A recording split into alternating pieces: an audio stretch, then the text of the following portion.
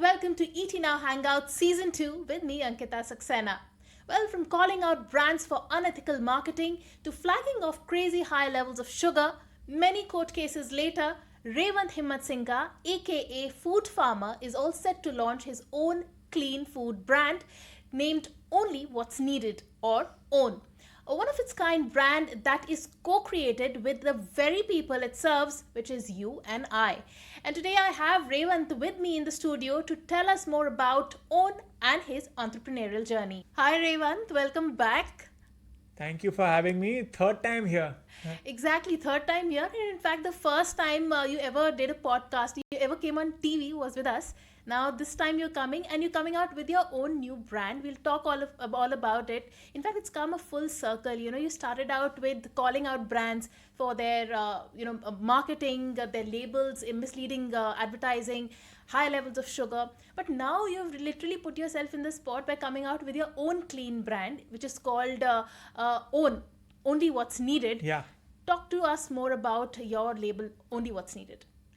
So it's very interesting. A few months ago, I had done a voting. So I do a lot of, if you follow me on Instagram, I do a lot of polls. Yeah. And so I did a poll, what should I focus on next? Yeah. And people commented many options. And then I put 4 options on votes. Yeah. So it was like, do I start a health education company? Yeah. Do I get into policies and politics and all of that? And do I start a food label brand? And 73% people voted I should start a food label brand. Because I used to always get criticized. Yeah. He only criticizes brands. He doesn't give us enough alternatives. Even though I do, at the end of my videos, I often say this product is better for you. This is not I give alternatives, but even then there's a perception I only criticize brands. Yeah. So people were asking, why don't you start a clean label brand, which is giving you healthier alternatives to products, which is why I thought, okay, let's give it a go. It's a very risky move because now every single brand that I have criticized Yes. may come after me. Yeah. So I'm a bit nervous, but we're taking it headstrong. Absolutely. But Revanth, do tell us about your brand. I mean, I've heard a lot of good things. One is that you're conducting polls for literally everything, right? From what product is going to be a part of your product portfolio to the name, to the ingredients as well. Take us through all of that. So we realized one thing. Every single food company that is built is built by essentially 5 people in a boardroom. So they're building for 140 crore Indians, but it's 5 people in a boardroom taking decisions. So I wanted to democratize this decision making and get the 140 crore Indians, not 140 because not everyone follows me, but whoever is following me to be a part of the decision making process. So right from, as you said, the name to the ingredients to the design, the packaging, everything has been voted on by the public. For example, earlier the name was going to be Take Charge. Yeah. And I had personally liked that name because my entire mission has been around taking charge, start reading labels, take charge of your health. So I named my thing Take Charge. I did a voting. Many people did not like that name. Yeah. And then someone suggested Only What's Needed. Then I did a voting with that as well. And that got significantly more positive votes. Yeah. And like that, we've done it the same with the ingredients. Should we use whey protein or should we use plant protein? Yeah. Do we do isolate or concentrate? And the biggest advantage of this entire model is that through this, I'm able to educate the public. Right. Usually, people have the only touch points the end consumer has is when they are paying for the product. Yeah. They're not involved in any other part of the decision making. It's only when they're paying. So you go on Amazon or you go to a grocery store and you pay. That's the only touch point with the end customer. We have broken that entire system and now the end customer is involved beginning to end. Like that, people kept voting for various things, whether it's the ingredients, should I use a white box which looks very cool or should I use a brown box which does not look that good but is environmentally friendly. Yeah. So people kept voting and that's how we built this entire product. Yeah, but is that really sustainable, Revanth? Because for everything, if you keep asking for votes and people's opinion, differentiates, right? They might say something now, but they will be the first ones to criticize also. But is this business model really sustainable in the long run? So first of all, whatever I put up for votes Yeah. are usually things which are scientifically validated. It's not that I am going to put up an option which I know is unhealthy for you. Okay. So first of all, I only put up those options which I myself sort of like also. And we also explain the pros and cons. So the people make informed decisions. But you are right that sometimes when people vote, they don't realize that it's very different from voting on Instagram to actually paying for a product. Absolutely. So when you're voting, you may be idealistic in nature. Yes. That you want this super clean thing and thing like that. But when you want to actually get the person to pay, Yes. that's a very different thing. So in fact, there were some comments we got that price is too expensive. But if you the other things when we did voting around, should we do testing or not, and should we do every batch testing? So we are going above and beyond. Most brands, I'll give you an example. Most brands test their product once in 6 months or 1 year. Yeah. We are going to test every single batch, which of course comes at a cost. Yes. So how sustainable is that also? Exactly. So once it's expensive, everyone is voting, for example, that you should do. But are they willing to pay for it? Because Exactly. you pass down the cost. Yeah, so that is the challenge of this entire model. So I think with time we will be more and more. Every time we do a voting, we will also try to put the cost right there so that it's very easy to vote for clean ingredients. But so that is the other model. We are also exploring, should we have some nominal fee, for example, a 1 rupee fee, even 1 rupee just to vote, and we don't need the 1 rupee. It's like just to so that there's some thought. It's not a random vote. People have thought for 2 minutes before voting. So we're thinking of other ways to make sure that the voting is more accurate. Otherwise, we're going to get very misdirected votes. Absolutely. Even in the long run, this could backfire also. And let me come to the backfiring part of it.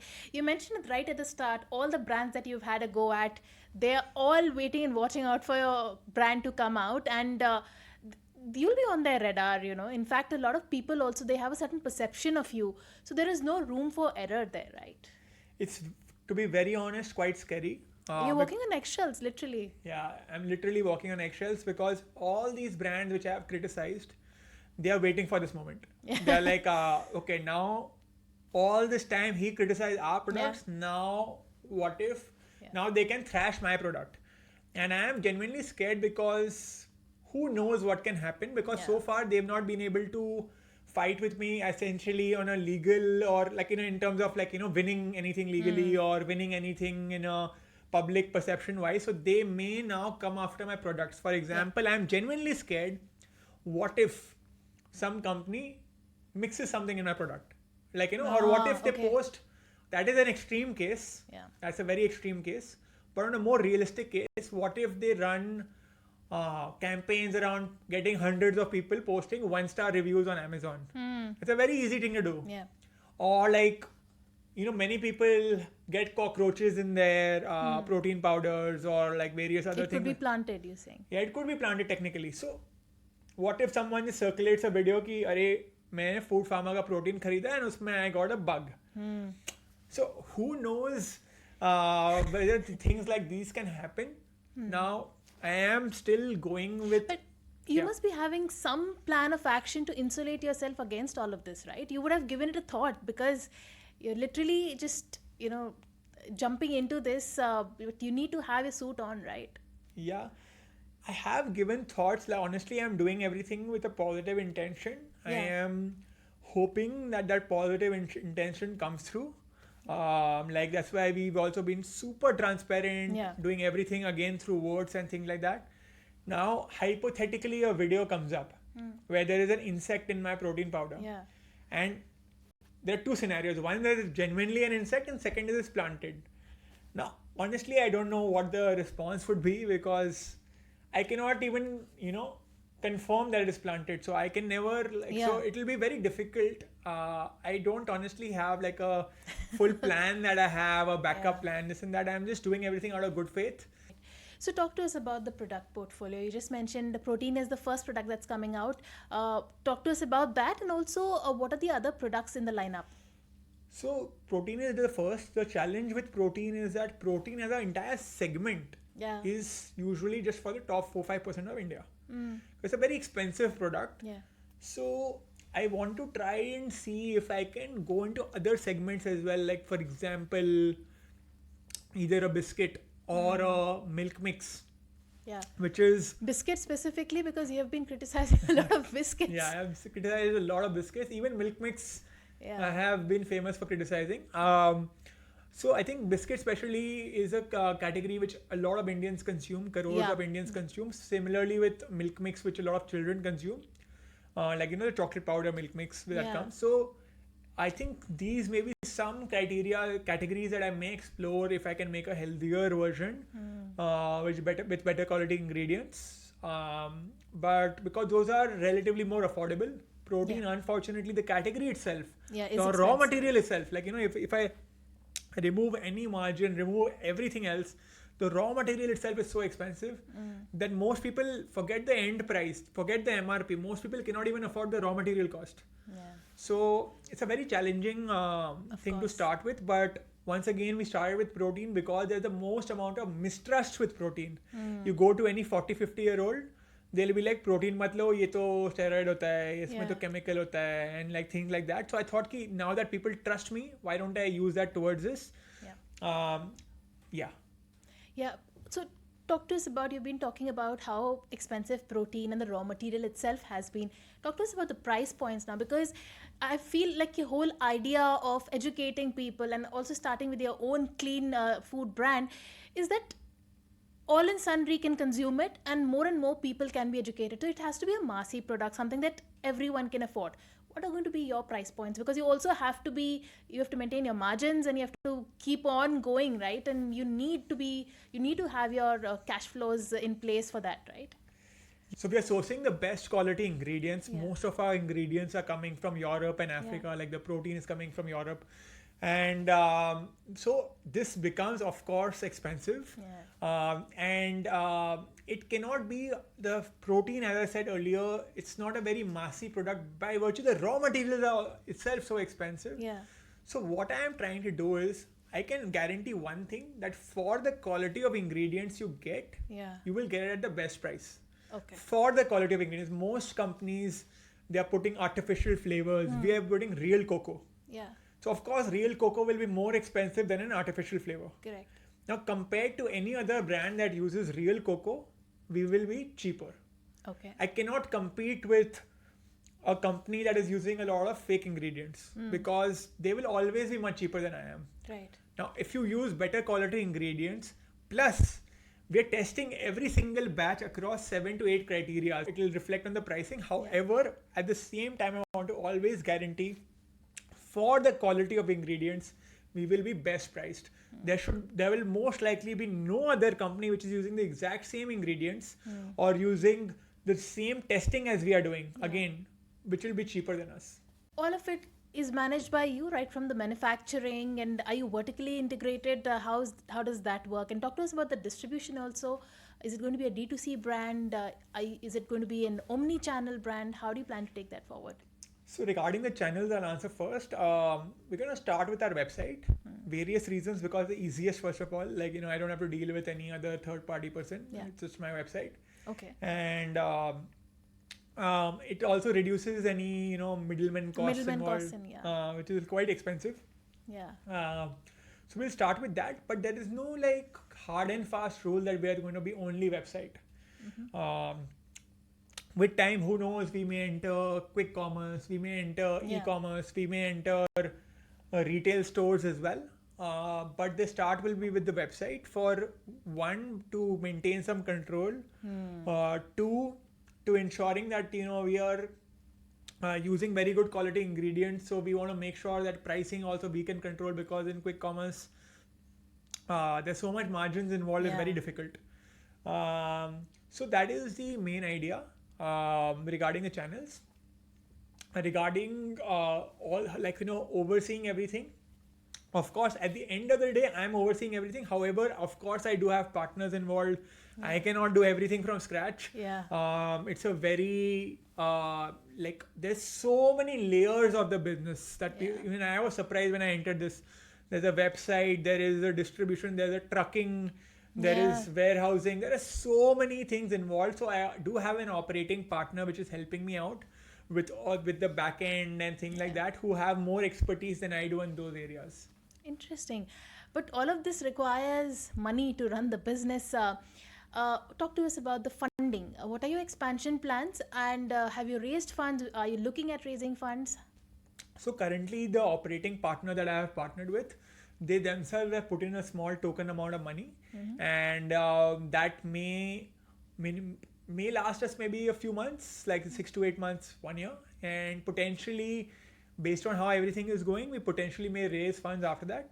But for now, it's like some amount of money which is being put in by the operating partners. Right. But for now, you're just launching the protein powder. That's it, and no other products for Yeah, now. for now, in fact, the first in 10 days about we are launching, and we're launching one product. Okay. Not protein, like when we think protein powder, they think like if 7 flavors, Flavors, yeah. nothing. It's one chocolate, that's it. Okay. Hope I have gotten some feedback, once I did a soft launch, that some people were like, I want unflavored as well, I want mango as well, I want vanilla as well. We'll look into it time by time. In fact, I'll do a voting for that as well. Which flavor do you want? It's like an easy way. No, my headache is reduced. I just ask the people. But honestly, it's a very operationally challenging thing. So we're going to start with one product, one size, not 10 different sizes. Just to make it easy, to be very honest, as an individual, starting it in such a short time frame, it's not easy. So we were like, let's not start with 10 products and things like that. One product. Brand is anyways unique. The proposition is very, very unique by itself. But tell me, if you could just quickly list down a few things that will really help you gain a lot of traction, because eventually it's all about the sales. If that doesn't happen, then the entire your entire thing of starting a brand falls flat. Yeah. So there are 3 things which we are doing. One is co-creation. Every single thing is co-created with the public. Yeah. Second is using ingredients which are only what's needed. So most companies use unnecessary ingredients, often to make it highly tasty and highly addictive, or to reduce costs. We are using only what's needed. That's the second proposition. You'll have no other product in the market which is using only those ingredients at a better price than us. Third is we are rigorously tested, especially in the protein space. Testing is very, very key. So these are the 3 points that we are trying to making sure that we are doing. Now, by virtue of my brand, foodpharmer's brand, there's a lot of trust. So there's mistrust in most brands. I'm hoping there'll be trust in my brand, because I have no option but to be clean. To deliver. Yeah. I have, even if I want to lie, I cannot lie. Even if my intention is to lie, I cannot, because I'll have 1,000 people trying to call me out. Yeah. So my default setting has to be transparency. Honestly. Default has to be that. Yeah, absolutely. And let's come to the important part now, the label and the marketing that you have been criticizing. What is going to be your marketing strategy for your brand, Only What's Needed? So regarding the marketing strategy, so mostly we're going to begin with my followers as well, because these are people who've been following me, learning from me, and supporting me. So the hope is that I have 50 lakh people who follow me across platforms.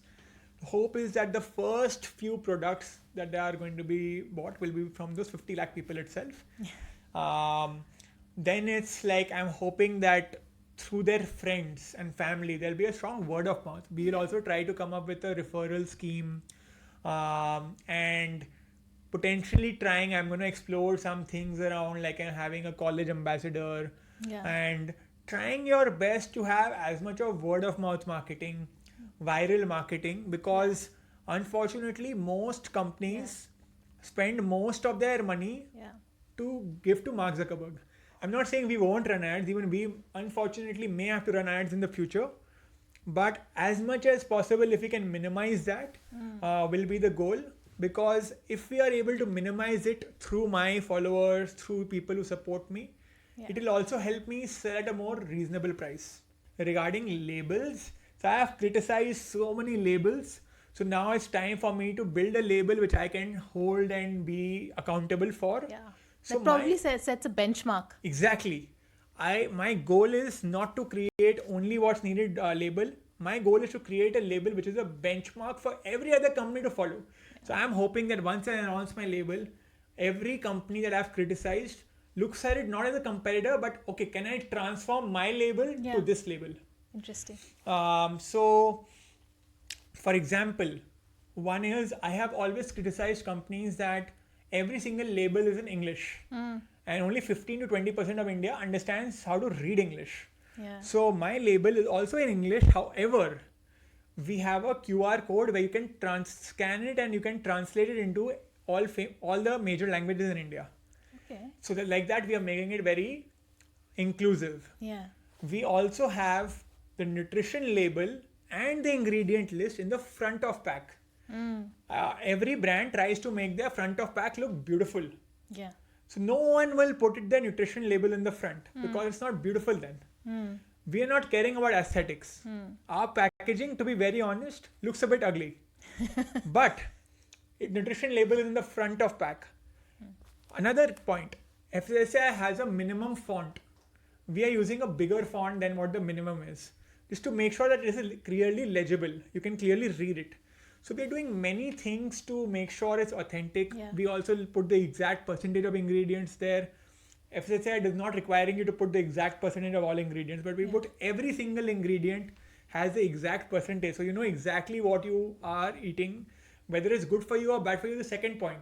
But you know exactly what you're consuming. Right. We are also not using any marketing claims like this is going to reverse your diabetes or this will help with your gym performance or anything. We're not using anything.